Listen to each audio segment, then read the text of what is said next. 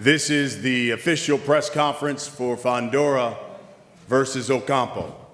And the main event, another meaningful fight in the 154-pound division, because the winner becomes the #1 mandatory for Jermell Charlo's WBC belt. The fights are being promoted by TGB Promotions, Samson Boxing, and of course they're brought to you by Premier Boxing Champions. You're also going to see that unbeaten flyweight prospect herself, Gabriela Fundora, will be sharing the card for the first time with her brother. She's going to kick the stream off, by the way, as she takes on Reyes. There's going to be a fantastic night of boxing on Showtime. Now to our main card.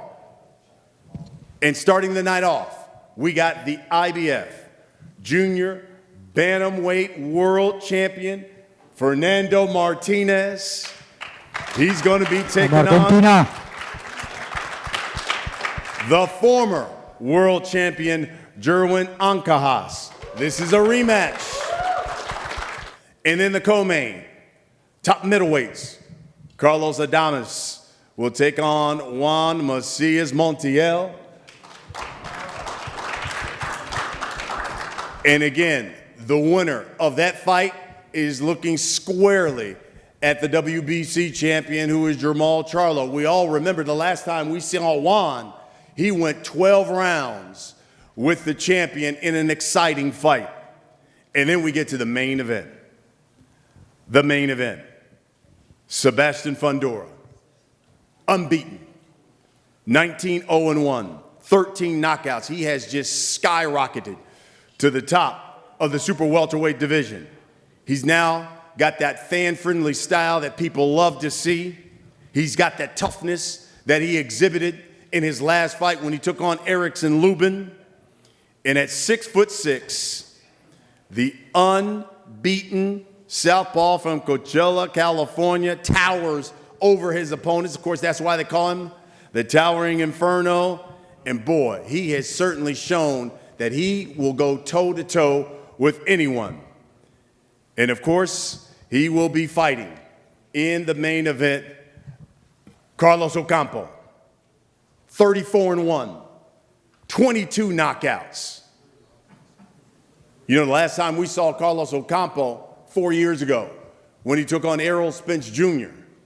Well, since that time, Ocampo has moved up to 154, and he has won 12 straight fights. It will be one heck of a main event coming your way on Saturday. What does it feel like to be on the card with your brother this first time that you guys have done that? Tell me your thoughts. Well, it's very exciting to be here in California, our hometown, to be fighting together. This doesn't happen very often, so it's going to be an exciting night, fireworks, and hope the fans enjoy it.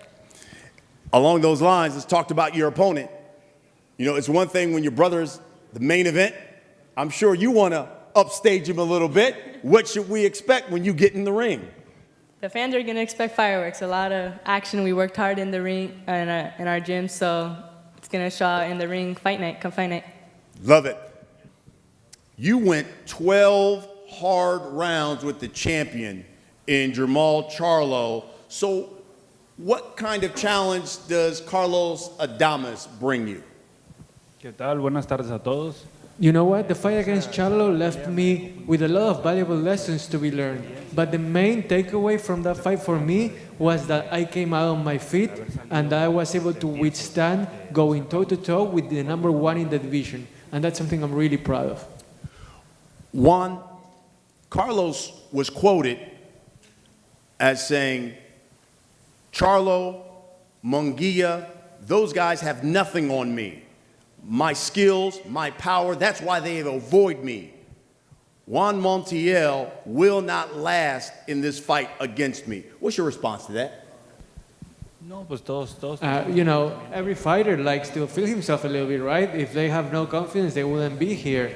But I have the utmost confidence in myself, and I know that I'm going to be ready to put on a great show for everybody and be the best version of myself that I can be against Adames. Sebastian, I'll start with you. You're coming off that epic fight that you had with Eres and Lubin. What do you think you proved to the boxing public? Maybe what you proved to yourself after that fight? Oh, thank you guys for coming. I'm excited for this event, but I felt like I proved to the people that I'm an elite fighter as well. You know, I'm hanging there with all these guys. I'm stopping these guys as well. So, you know, I have what it takes to become a world champion. Carlos, after the Spence fight, you went right up to 154. You've displayed power. You've stopped 8 of your last 10 opponents.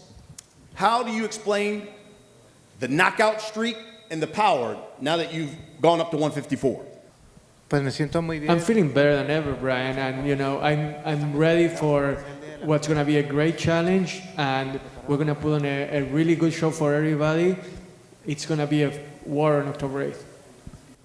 Sebastian, I'm sure the undisputed champ, Jermell Charlo, Tim Tszyu, will be watching. They're scheduled to fight in January. What are you hoping this fight does for you, considering they're getting ready to fight as well?